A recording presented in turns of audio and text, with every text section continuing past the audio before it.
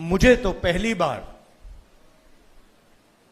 हिंदुस्तान को नजदीकी से देखने का मौका मिला। मेरे दिमाग में एक हिंदुस्तान था, एक इंप्रेशन था, और जैसे ही मैं चलना शुरू किया वो इंप्रेशन टूटता गया, बदलता गया, और अंत में जब मैं कश्मीर पहुंचा, मेरा रियलाइजेशन ये था कि जिस चीज को मैं हिंदुस्तान मानता था वो एक्चुअली हिंदुस्तान था ही नहीं। जिस राह पे तुम चल रहे हो बेटा, एक दिन बुरी तरह फंसोगे। वो मेरे इमेजिनेशन का हिंदुस्तान था, अनइन्फॉर्म्ड हिंदुस्तान था।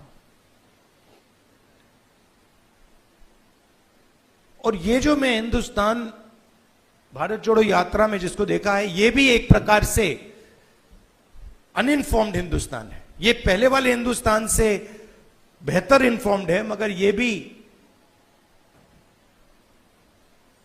हिंदुस्तान की समझ नहीं है, सुपरफिशियल है। मगर उस यात्रा आप क्या बहुत ज्यादा पीते हो क्या? आप ये वीडियो देखिए जिसमें एक व्यक्ति को इसलिए पीटा जा रहा है क्योंकि वो अपनी शॉप में बैठकर हनुमान चालीसा पढ़ रहा था।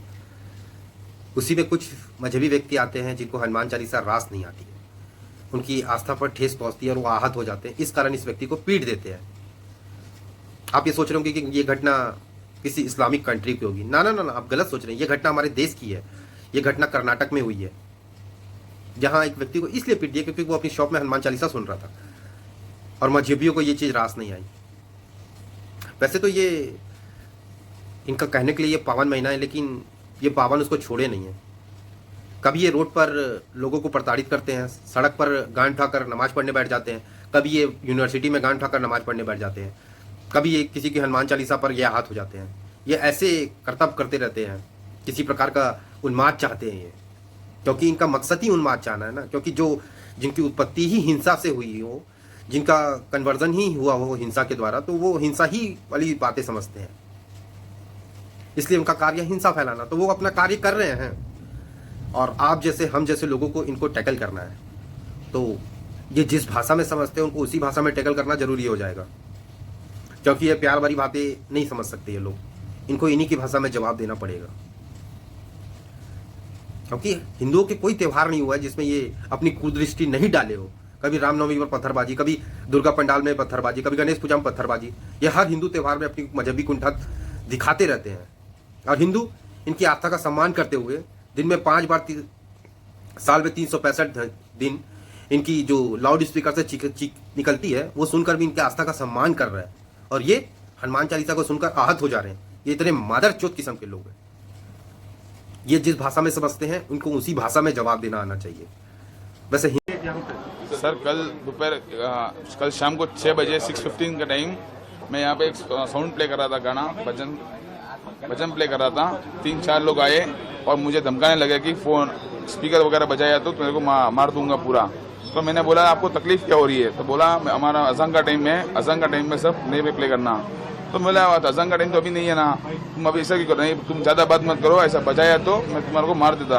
तो कैसा मारता? मैं सामने आया तो मेरा गला पकड़ लिया, वो भी पकड़ने आ गया और मैं उनको छुड़ाने के लिए बाहर गया तो बाहर मेरे को सब लोगों ने मिलकर मार दिया सर। पंचर से मारा और धमकी भी दिया कि चाकू छुपा दूंगा, मेरे को मारा दो। बहुसंख्यक होते हुए भी अपने ही देश में अल्पसंख्यक के द्वारा पीट दिया जाता है। ये एक प्रकार का अभिशाप है। हमें ये बात करने में भी ना शर्म आ रही है कि बहुसंख्यक होते हुए भी अल्पसंख्यकों से मार खा रहा है।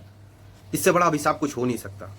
और कुछ वीडियो कटमुल्लों के द्वारा ये दिखाया जाएगा, ऐसा प्रदर्शित किया जाता है कि जो विक्टिम है वही अपराधी हो जाता है। जहां हर जगह विक्टिम हिंदू होता है और अपराधी मुसलमान होते हैं, लेकिन वीडियो कटमुल्लों के द्वारा इसको उल्टा करके दिखाया जाता है। क्योंकि ये कटिंग करने में माहिर है, जिसका कटा है वो कटिंग करने में माहिर होंगे ही। तो ये ऐसा नैरेटिव बनाते हैं। और प्रशासन हिंदुओं के ऊपर कार्रवाई भी करता है, क्योंकि मुसलमानों के ऊपर हाथ नहीं डाल सकते। पावन महीना चल रहा है, ये मजहबी उन्माद फैला सकते हैं। इस कारण शांतिपूर्ण ढंग से करने के लिए हिंदू के ऊपर कार्रवाई की जाती है।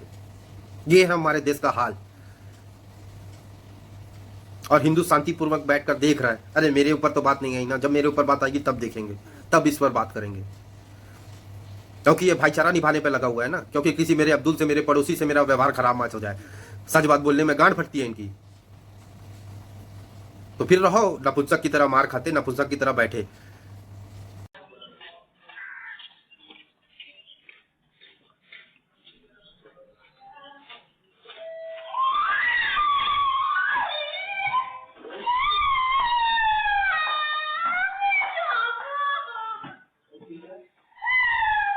सबक एक को सीख हम सबको। बाकी आप लोग क्या सोचते हैं इन मजहबियों के बारे में कमेंट करके अवश्य बताएं। अगर वीडियो पसंद आए तो वीडियो को लाइक करें, शेयर करें, सब्सक्राइब अवश्य करें। जुड़ने के लिए बहुत बहुत आभार। जय भारत, जय हिंद, जय श्री राम।